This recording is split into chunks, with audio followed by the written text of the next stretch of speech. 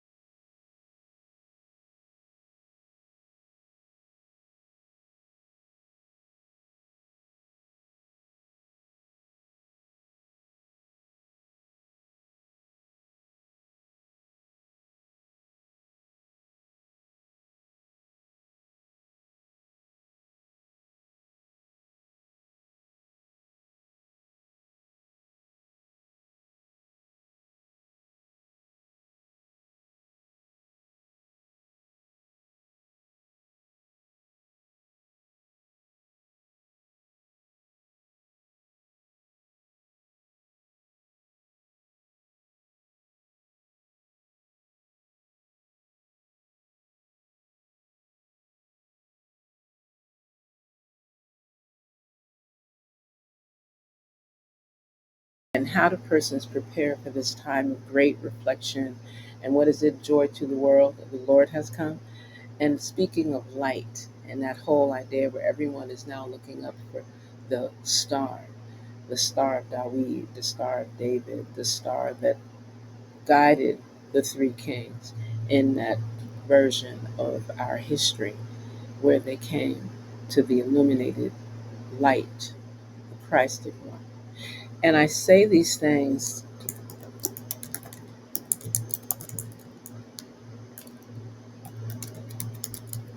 as I'm looking forward to what are some of the ways in which we're going to be bringing some of the knowledge systems that we're bringing together and highlighting.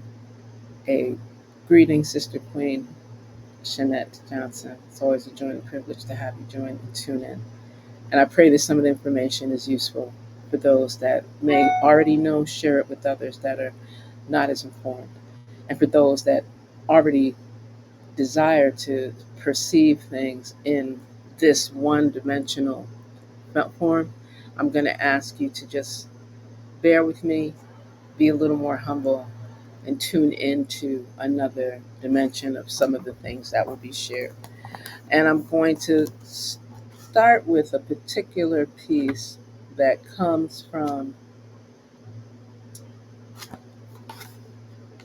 a publication that most people may not be that familiar with. It's called Paul Pecouvet, and it's the words, sounds, and poems of Yvonne Benjamin, one of the founders of the Midnight Band, coming out of St. Croix, Virgin Islands, representing the Caribbean, the Americas, and the world. When he wrote this was back in, this was copywritten in 2005. From that time, Brother Benjamin moved into being known as formally as Akabeka. And I think, profound, left the earth plane all too soon, not quite, just on the eve of 50 years, and brought so much through the music, using reggae as a tool, not just as a weapon in fighting, but as a weapon for healing and a weapon for growth and edification. And so this publication, which I'm not sure that my blurred background will let you see, but Paul Pegude, right? I think it's a classic piece. It's a collection of his spoken word and some of the illustrations that support the energy of our people. And I think it's important that there was a particular piece I was going to read, but then I shifted from that. But strong for goodness sake, which one is that I'm going to pull from. The fear above my heart slowly trickled into my bloodstream, pumped to all areas of my being, cruel existential injection, progress suspension, African, know thyself. But I do so where to, with a foot too big for the shoe, foot on fire, shoelace with wire, I squeezed my width into the depth of a pit of hangers on that slow me crime and punishment. Oh, to destroy consequence. Change is my daylight reward for think, strain, and fight by night prerequisites. Seldom fit a developing course. So from scratch and with force, the least and the most wide awake, strong, for goodness sake. And again, this is the work of Akabeka in one of his publications entitled, let's get that name right, Full Ekude. I think I can get almost the whole piece so you can see.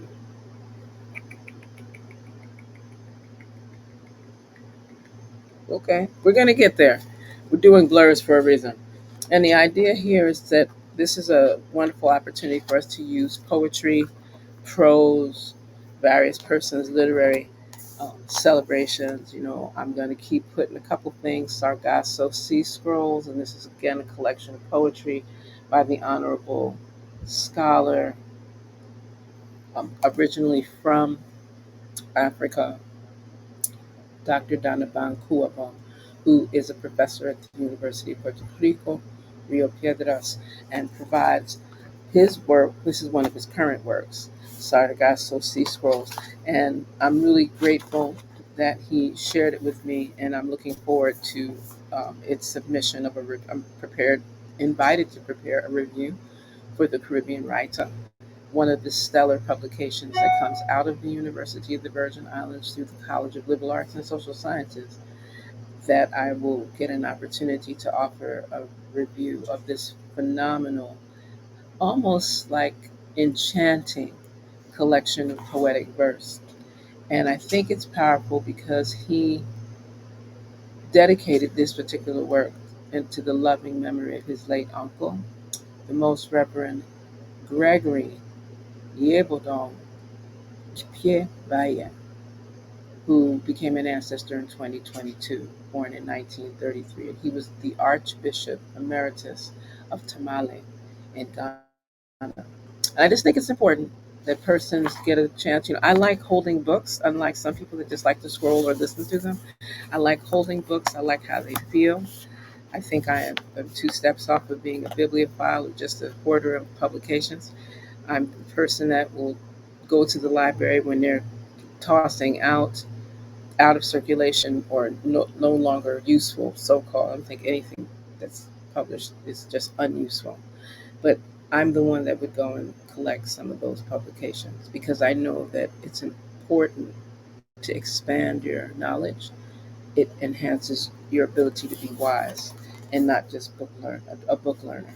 So I'm going to use the piece that he shared that's around maroon sirens.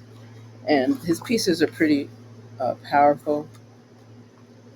And I'm going to do this one and then Heavy Metal Growth at Negro Hills. So I would like to make sure I share Maroon Sirens. Here, evenings reveal stone diaries, Thorn bushes fortify savannas, yet waves whitewash my bones on ever receding corals. As maroon flutes pierce the air, recall Umbula, sirens of Nakon. Men on rooftops let fly our arrows, scare away those hungry to sell under the baobab at Salaga, under this baobab at Baga, and here, under this 800-year-old kapok at Barber. Guide my hairs of our regrets, untie me from hardened hearts, guide me through hollowed crooked trees and rocky moss smooth gateways to fantasy forests, where am awaited my flesh sprawls at Bolu, or it is it Ulu again.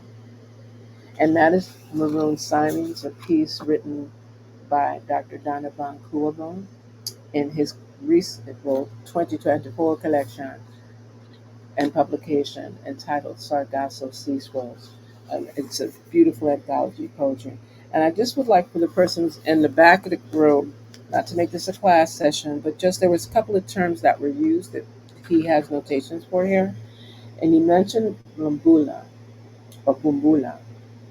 It's a short flute, was used to draw attention to the presence of slave raiders and to rally men to fight in the town of Nakom, Upper Eastern region of Ghana. I think it's important to know these things and what were the tools, how did our ancestors communicate and engage and prepare so that persons do not continue with that uh, mythical element that there were people that actually wanted to transfer, sell, purchase humans for chattel enslavement. That's not the end of humanity. Huh? The other term that was referenced in here was the name of some of these towns, like Nakom, a Gonja town in the Savannah region of Ghana, where a famous slave market was erected to sell captives from as far away as Mali to Ashanti slave merchants. Hmm. So, see, there's a lot of history and knowledge behind the words inside of the poetic verse, which is why I like holding the book, turning the pages, feeling the paper, not just scroll, scroll, scroll, scroll, scroll, scroll, scroll, but just only listening to it. The other piece that's here, a well known Kassina town in the Upper East region, that's Salaga, in the Upper East region at the Ghana border with Burkina Faso, with a slave market in the 19th century. And then they speak of one of in Barber, it's one of the oldest trees in Curacao at Baber, right? And I just think it's really important to know, we have these trees, we've got these old, centuries old trees dotted throughout the Caribbean. And sometimes we actually forget that we have them in our midst and just walk by without any reverence, any memory, without even a moment of pause and reflection of who and how many have walked by, climbed, leaned on, sheltered themselves under during the rain.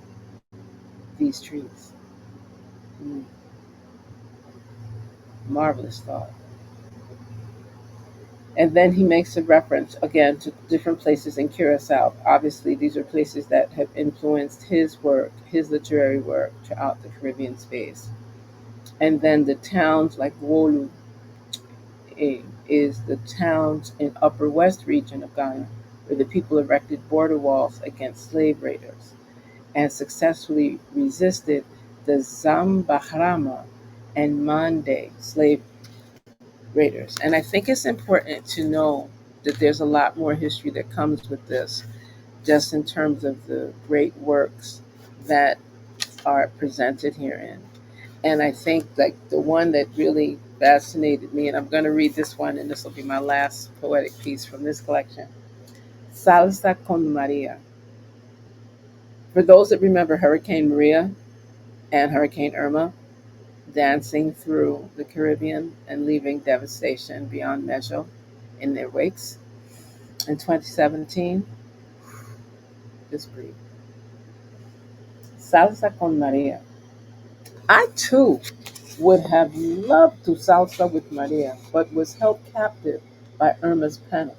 So there I was chained ankle deep in a porcelain tub of water, filled to forestall a future. If this forced death's dance of wind and water would burst these ancient PEX lines and leave me stranded with rumbling bells.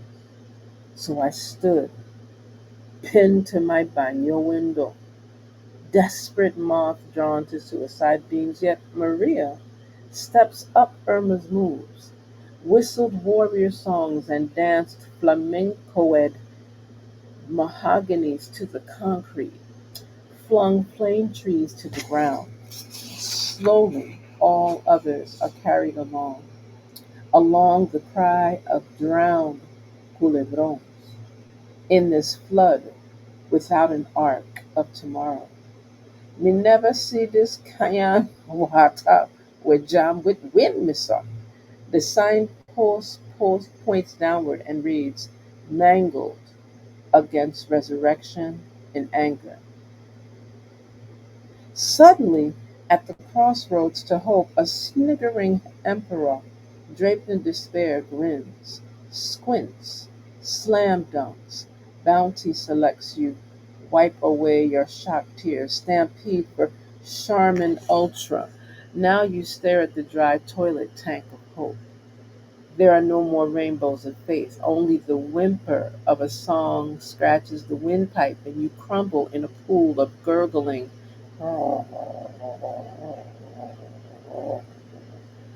And then the crash of falling trees, the flying glass, silence in a pool. And that is Salsa con Maria. Again, this is from the collection Sargasso Sea Scrolls, published and gifted to me. I think it's really cool. I get a kick out of this.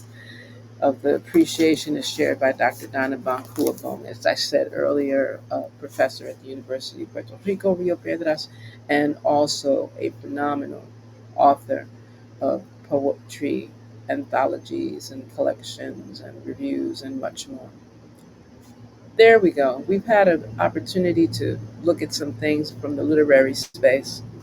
And as we speak, and you'll notice that once my eyes go up a little bit, I'm hearing all of the executive security and military support service entities that are arriving from the air and to the shores of St. Croix, the cultural capital of the Virgin Islands of the United States, as the annual visitation of President Joe Biden during our Christmas festival season here in St. Croix has commenced, or shall I say, has continued. And things will be quite different as he visits family and friends and visits different parts of this new, relatively new National Heritage Area. Yes, St. Croix is a National Heritage Area.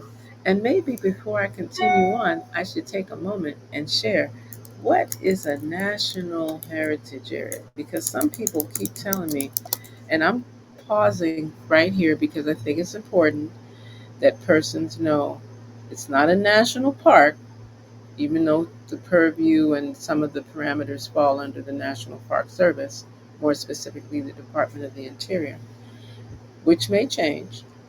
However, I think it's important to know by you can easily go to the nps.gov site and just in the subject area, in the search area rather, you can put in heritage areas and it will give you some information on national heritage areas. But I like to use this as a time to share some information. National heritage areas are places where historic, cultural, and natural resources combine to form cohesive, nationally important landscapes. Unlike national parks, national heritage areas are large, lived in landscapes. Consequently, national heritage area entities collaborate with communities to determine how to make heritage relevant to local interests and needs. In 1984, the first National Heritage Area, Illinois and Michigan Canal National Heritage Area was signed into law by President Ronald Reagan in his dedication speech. Reagan referred to national heritage areas as a new kind of national park that married heritage conservation, recreation, and economic development. Notice those three pieces: conservation, heritage conservation, recreation, and economic development. So it's not to say that the resources and the lands will never be developed. It's just to make sure that there is a cohesiveness between heritage conservation, recreation, and economic development. And then in January of 2023, President Biden signed the National Heritage Areas Act, PL 117 339, into law. And the law established the National Heritage Area System, a statutory framework for the National Park Service's role in its administration.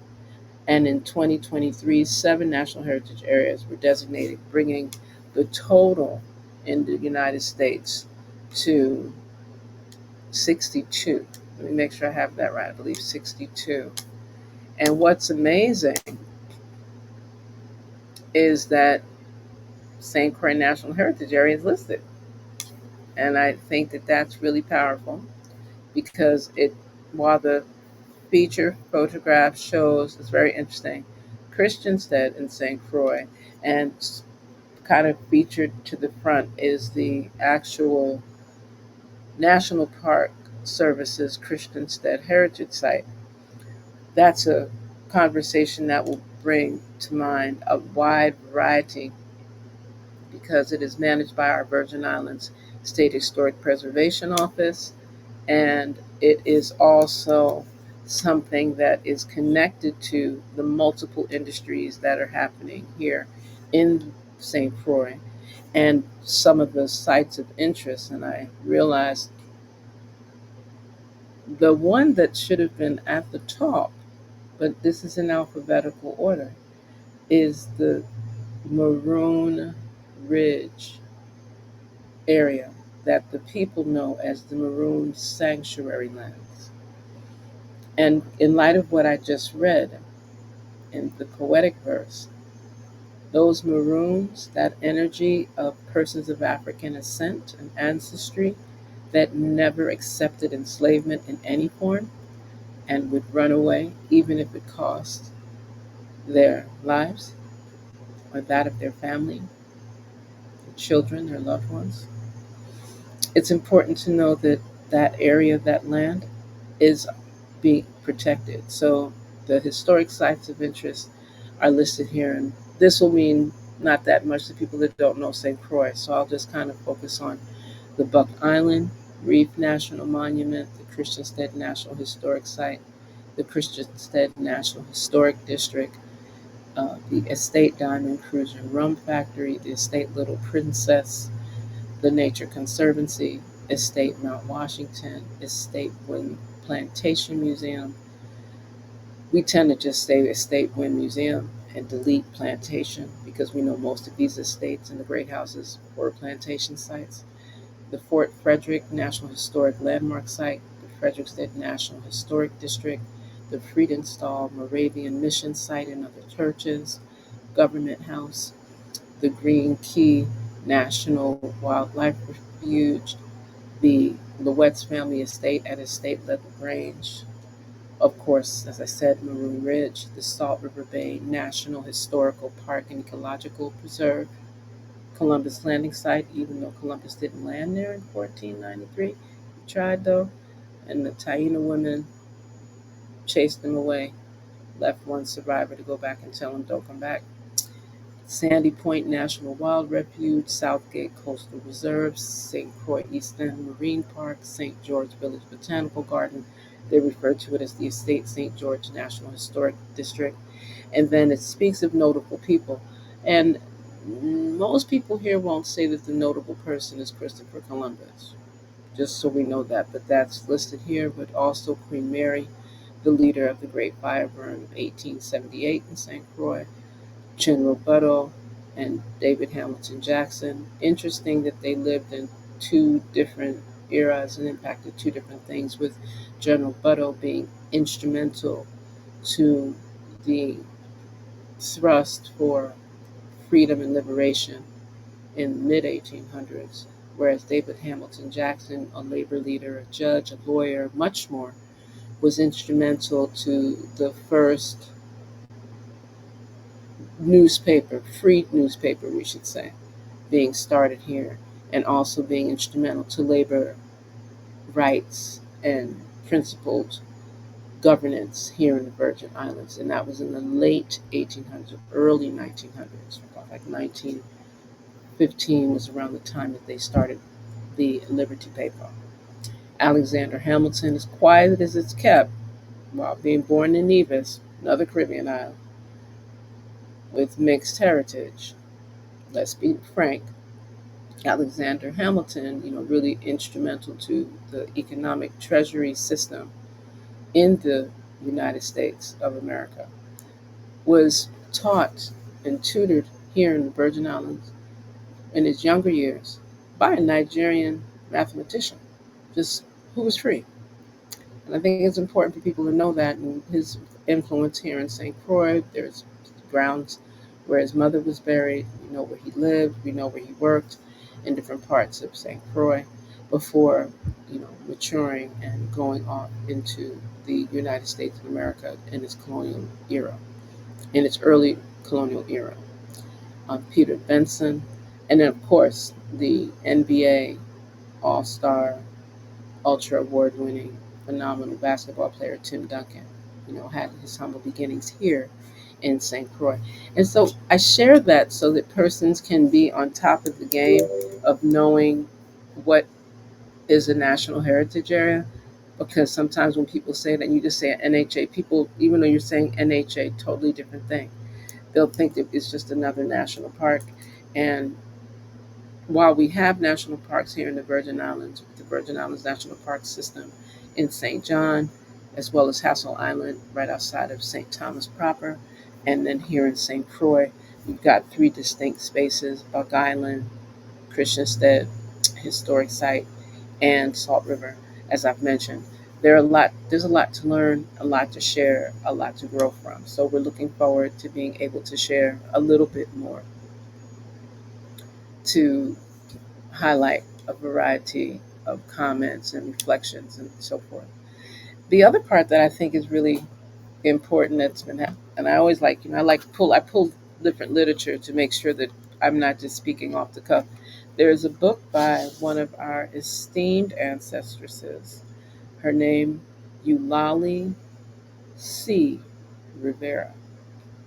And not only did she live to be a centenarian, she was a phenomenal educator, cultural steward, what we refer to as the tradition bearer, and had this recollection of her Crucian girlhood. I love how she put it. Growing up on St. Croix, recollections of a Crucian girlhood.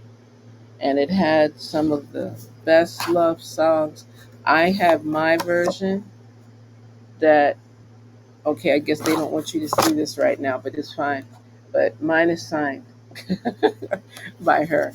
It was really important to learn from such a great, not just a storyteller, but a griot, someone that could express from family line to family line to family line, and who was connected to who, and who came from which part of the earth. It was just amazing to listen to this elder woman's in her life space, and how she went from student to becoming a teacher, and then her love of teaching on the elementary level, and then of course all of her favorite hymnals are inside of her book. So she shared with us a little bit about. Right. I want to use what they call Christmas second date as a part, and I had highlighted this before. At Christmas, we were free for 2 days, and only the most necessary chores had to be done. We had all our time for play, to enjoy our dolls and toys, work on arts and crafts, or do whatever we chose. Oh, those were beautiful days.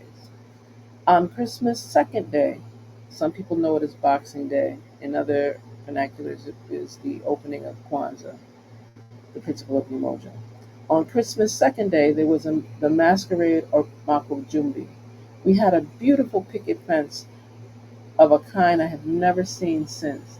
I remember standing by the fence, looking out when one of the devilmen came to the fence. I tried to run away, but my foot caught on a picket and he lashed at me with his whip.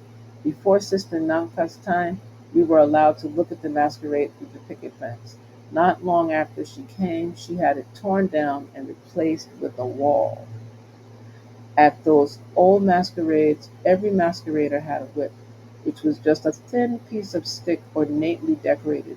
There would be such a lot of masqueraders going from street to street and stopping to perform their acts at the houses where people were gathering. The audience would throw their pennies or give them food. I am sure the masqueraders enjoyed themselves as much as the people they entertained, and thinking back on it now, I think the money they collected helped to pay for their costumes, some of which were quite elaborate. One member of the masquerade troupe was responsible for collecting the money, and no matter which masquerader picked up the money, it was always given to this designated person. Later, the money would be divided up among the musicians and members of the troupe. And I read that portion because she has a whole section in here on how Christmas festival, like its orientation, she was alive to see it before it was known as St. Croix Christmas Festival. How about that? And for the few years that they were trying to have a carnival, which doesn't necessarily happen around this time because our neighboring sister island of St. Thomas, after Lent, they have carnival, which is more in harmony with what is historically accurate and culturally correct. And so, with that, I'm going to go to my next little segment. And the other day, people were asking, what is the solstice? What does that mean? And how do we begin to have a conversation around the winter solstice and not make it seem like we're downgrading anyone else's time of celebration? And so, I always express to my viewers and my listeners that for those that desire to know, it's easy to find out.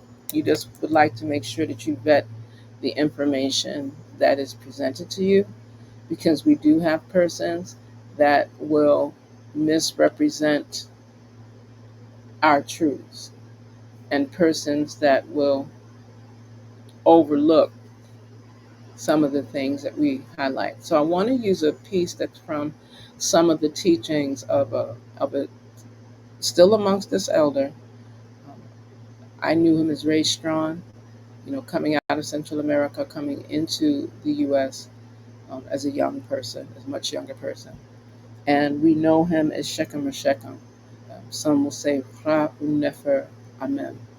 And he has a very wide, extensive set of publications around ancient legacies, African traditions, and just ways that we can live in harmony and be able to extend a good, healthy, well balanced lifestyle. Some may remember him as one of the founders of, I should say, the continuum of the Asar Set Society. And with that, I'm going to just read this portion on the significance of December 25th in ancient traditions, as well as what takes place leading up from the 21st during the winter solstice. And I quote, at the midnight hour, on the very first minute of the 25th of December, the birth of the sun is commemorated. Beginning on the 21st, the period of sunlight in each day increased. Thus, the sun appeared to have been born again from the short periods of daylight in the preceding months. At this time, the sun was in the zodiacal sign of Capricorn, which was known as the stable. So the infant sun was said to have been born in a stable. Shining brightly on the meridian was Sirius, the star from the east, while rising in the east was Virgo, the Virgin, the line of the horizon passing through her center. To the right of Sirius was Orion, with three stars in his belt. These stars lie in a line and point toward Sirius, and in ancient times they were known as the Three Kings. Unquote. And again, that's from the work of Ra Nefer Amen, Shechem Shechem. I think it's important that persons get a chance to hear more seriously some of the, and I'm sure you're hearing the jets that are flying over. Like I said, this is an ongoing commencement piece. I think it's also critical for persons to just have an idea. When we speak of the sun and the lighted one and illumination, and some will say Jesus, some will say Jesus, some say the chosen son, some will say Elishua. There's a number of names that are given to the Christed one, the Kerast, right? And it's a powerful teaching because, again, English is not our original language. So it's really important when we're looking at ancestral legacy materials, resources, scriptural texts, scrolls, papyri, etc., that we take our time to understand the idioms and the context and how they're written, when they were written, versus trying to make it seem like it was written today, only now, right? Because these are things that are millennia upon millennia old. So there's another part that's significant when we speak of the ancient Kemetic legacy or the Nile Valley, Happy Valley civilization legacy. And I quote again, in Egypt, Kemet, over 5,000 years ago, the birthday of the sun, as Ra, is celebrated in the temples on the 25th of December. It was the first day to lengthen most obviously after December 21st, the shortest day of the year, the day of the winter solstice. And just understand that people of Kemet, especially the ancestral Kemetu, not the ones with the decline that were busy worshiping outside of the infinite source and putting power and greed at the forefront of, having fabulous temples and so forth built for them at the cost of the lives of the people. But I'm talking about when they were still the restoration of humanity and that humanity was in balance and that there was Ma'at, truth, justice, order, reciprocity, balance, divine righteousness, and harmony. That Ma'at, right? That was going on because it wasn't always in the decline.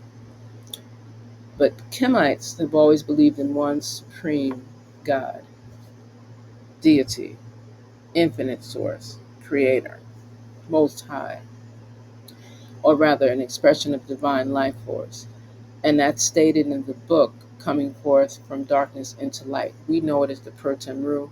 The really messed up title that they use for that book, and you'll see why many people may not read this scriptural text that predates many other scriptural texts, and you can still find the teachings inscribed in stone, sometimes as deep as 8 inches in depth carvings, and that is the Egyptian Book of the Dead.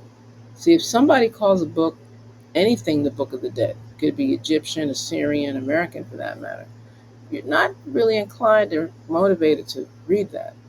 When someone says coming forth by light in today, or this is a book on the divine principles of life, you'd be more motivated to read that.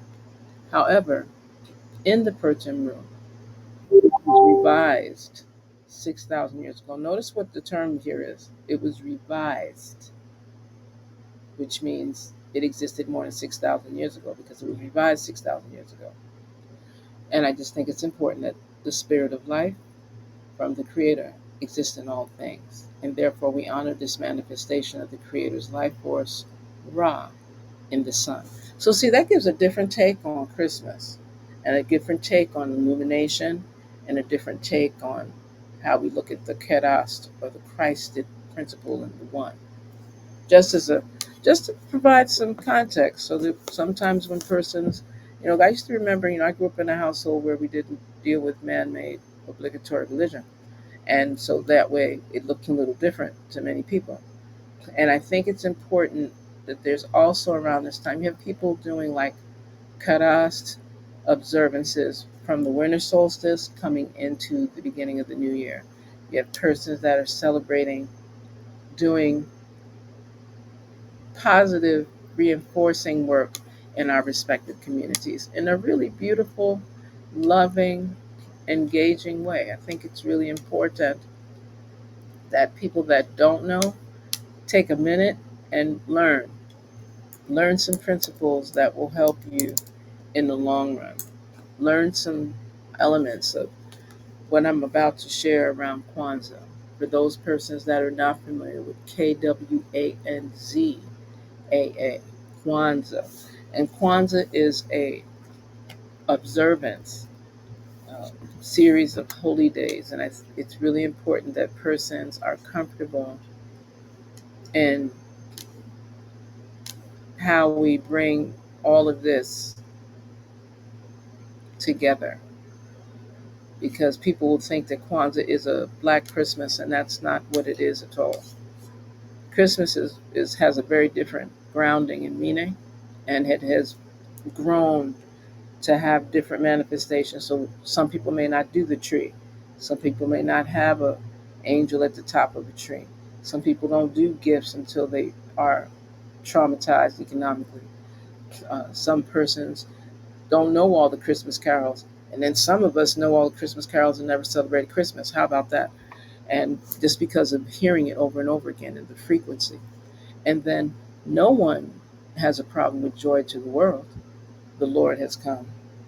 Let earth receive her king. Nobody has a problem with that.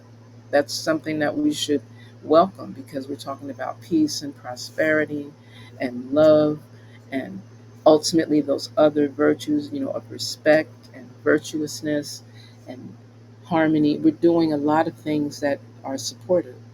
And within the realm of Kwanzaa, as an African American and holiday. And I want to make sure I specify that there's a manifestation of Kwanzaa that is very grounded in what came forth in the 60s, coming out of the civil rights and the Black Power movements, and not just giving African children an alternative to Christmas, but authentically using it as a time for our young people and not so young people to have intergenerational engagements with our families, our brothers, and our sisters and our communities. So I'm using a book here, Kwanzaa from Holiday to Everyday, a complete guide for making Kwanzaa part of your life by a new ancestress who didn't even, my Tefa Angaza.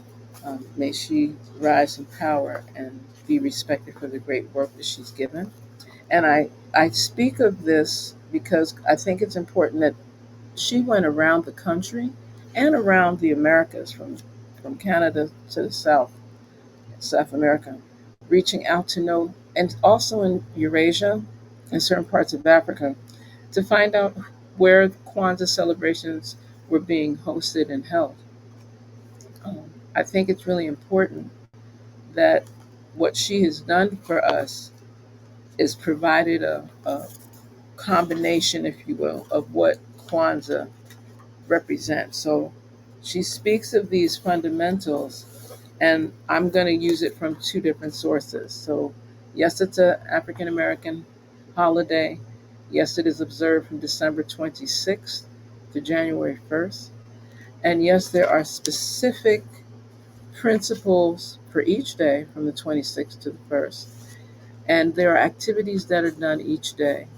And the whole idea is to keep the community, keep our families, keep our individuals within our families, and those that are supportive of our societies, and support African upliftment and support African unity and self-determination. You see where we're going into the principles. So let me pause there.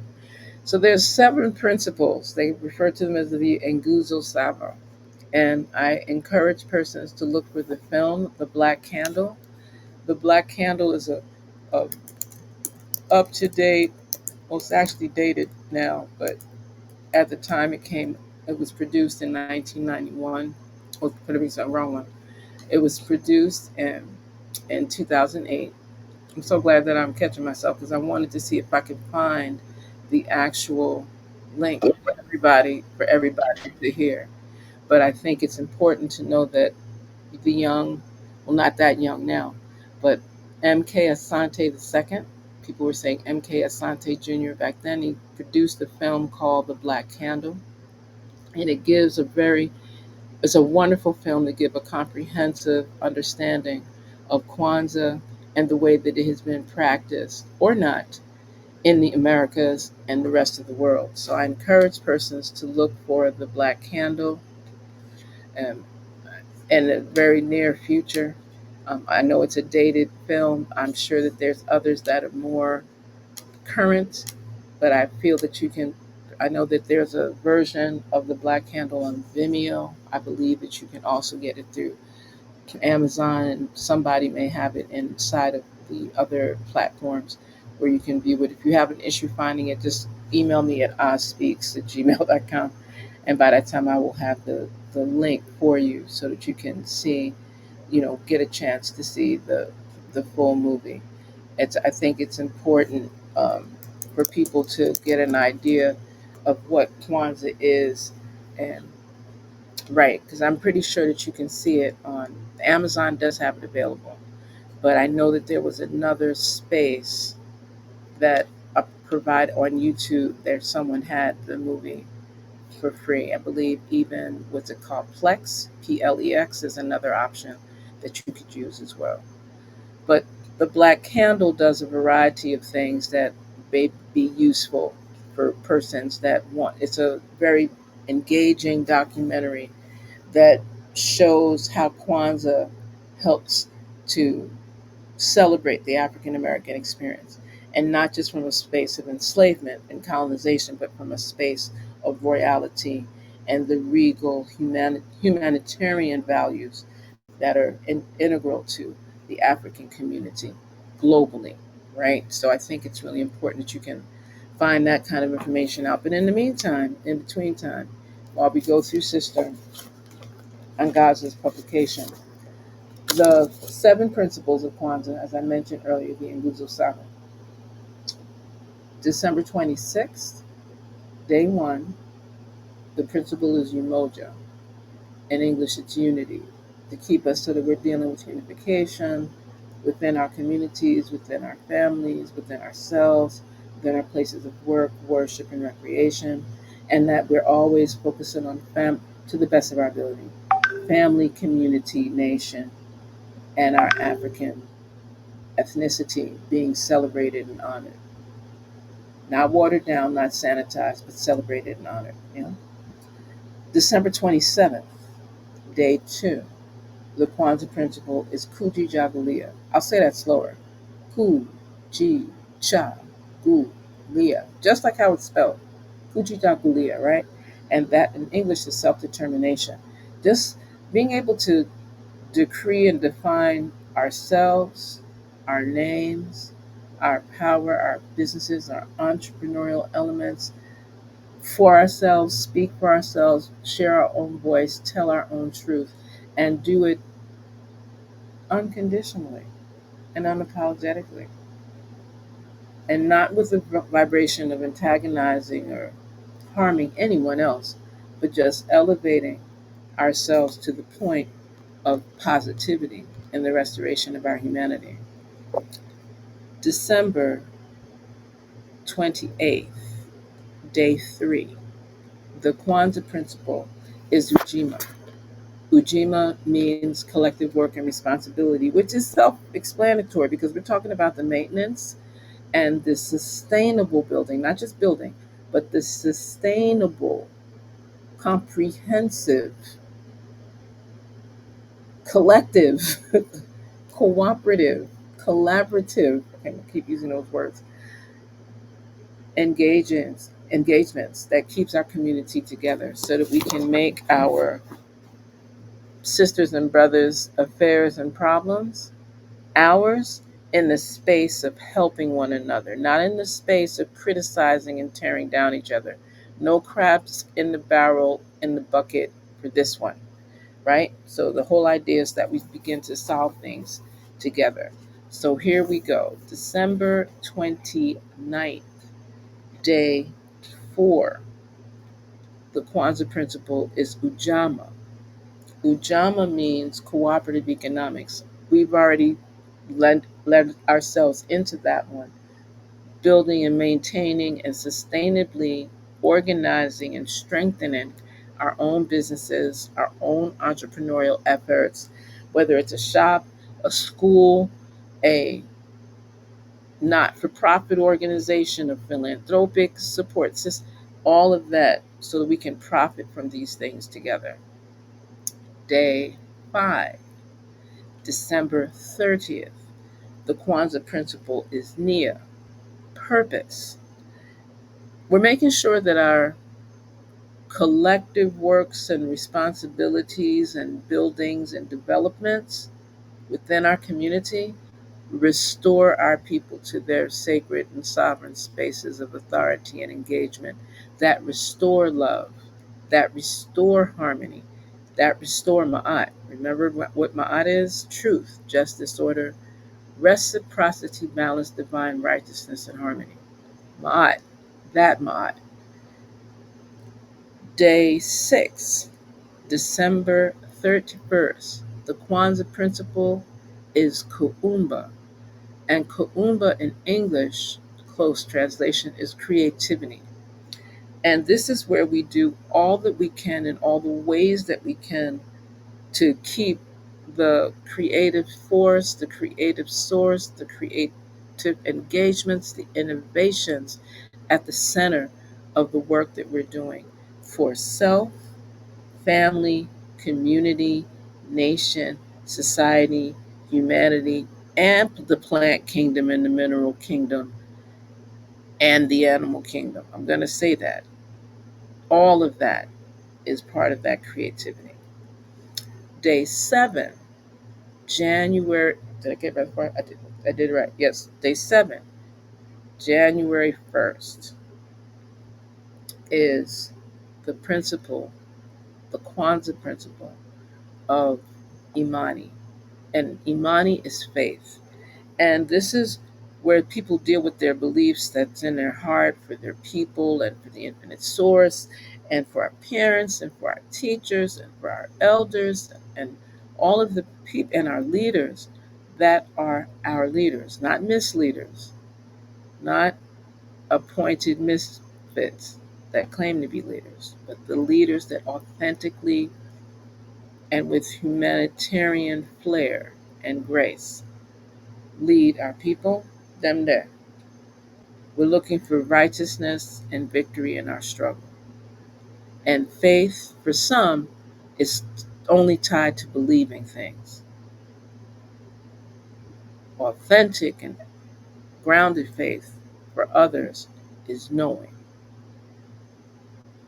beyond belief, but knowing. So again, we've covered those in Guzo Saba, those from December 26th through January 1st. Those principles, day 1, Umoja, unity. Day 2, Kujichagulia, self-determination. Day 3, Ujima, collective work and responsibility. Day 4, Ujama, cooperative economics. Day 5, Nia, purpose. Day 6, Kaumba, creativity. And day 7, Imani, faith. And then knowing that in the midst of all of this, as we get ready to close, I pulled from yet another publication. I know this felt like it was a lesson plan, but no. I just figured that it would be important to give persons some resources that they can leave from this session and just check out on your own. You'll have a little bit of time while you're celebrating with family, friends, and loved ones to keep our focus and to keep our charge in my. So I'm using another publication, a pretty comprehensive one called The Spiritual Warriors Are Healers.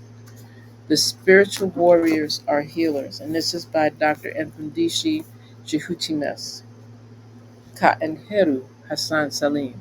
Dr. Mfundishi. Mfundishi. If you just remember Dr. Mfundishi, you can Google him, Google Scholar, Snapchat, Instagram, X, Facebook, and you can find Dr. Mfundishi. And in his chapter, he has a whole chapter here on Kwanzaa, a re-Africanization ritual, which is very different point of departure than just making it look like a black Christmas and putting up red, black, and green and a kinara. And I want to make sure that people know a kinara, an African Kwanzaa kinara, is very different than a Jewish Hanukkah symbol. I think it's really important to remember that when we talk about that energy of the knowledge that comes with that and the prosperity that comes with that. So I'd like to just take a moment very quickly and share those. I talked about in Guzo Saba, but I also would be remiss if I excluded the common values and practices that are connected to Kwanzaa as well. And in his book, he highlights, and in Dr. Mfundishi's work, he speaks of the harvesting, reverence, commemoration, recommitment, and celebration. So it's not like you just come together just to celebrate. It's like you're doing a report of everything you've done from December 26th last year to December 26th this year. And those are the people that are part of your celebration. Those are the people that you're doing your feast with. Those are the people that each day you're highlighting a particular principle of Kwanzaa that's shared. So on Umoja, we're going to do what were the things that we did together that supported unity through the year and celebrate that. On the second day, Kuji Jagalia, where we're honoring self determination, what are the things that we've been involved in collectively from last year to now to then celebrate and highlight, make it a reunion, if you will, to celebrate that. Okay. And you continue forward all the way to Imani faith on the seventh day. And usually on the seventh day is where the gifts, the Zawadi, usually handmade things, things that are grown in your yard, things that you crafted yourself, things that you've created and put together for yourself, creative baskets, foods, preparing food together, playing traditional games together. Those types of things are the Zawadi, the gifts. But again, it's harvesting, reverence, commemoration, recommitment, and celebration. And in the new year, we will spend some time, and perhaps on our special December 31st broadcast here with the Crew podcast as we close out the 2024 year and prepare for season 3 in 2025. It'll give people an opportunity to really know truth to power and to speak on what are you really going to resolve to do differently to improve not only the quality of your life, the quality of your family's life, but the quality of life in your community and the wider community that benefits humanity. Just putting it out there. It's been a joy and a privilege. I usually would have a guest, but I realized I had enough to share tonight.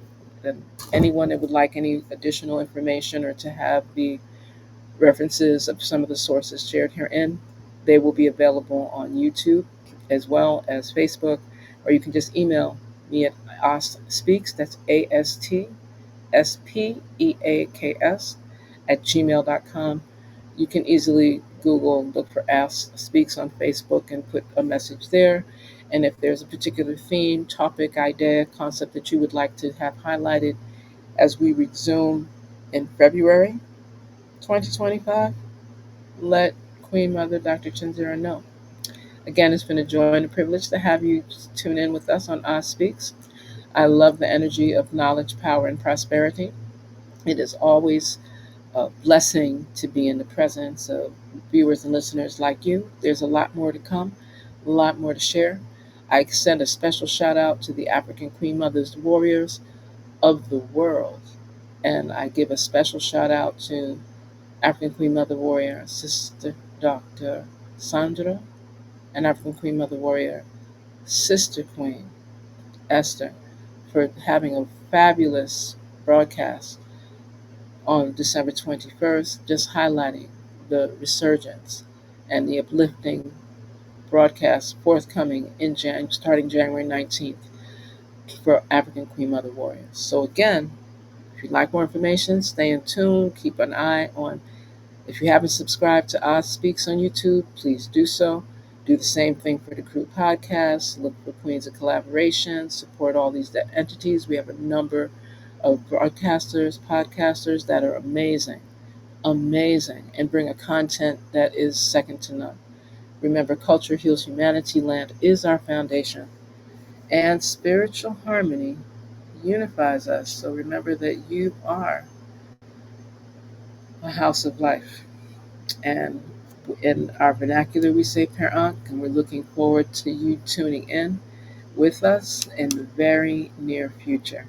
And if I don't get to hear from you or see you in the new year, please know, we're bringing a purpose in everything that we do. What's up? Good night. Blessing. Freedom. We need freedom. Oh, yes, I want freedom.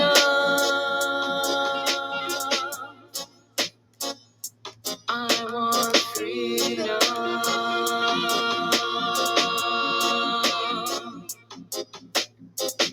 Have a purpose in all you do. Just make sure that your purpose is true. Have a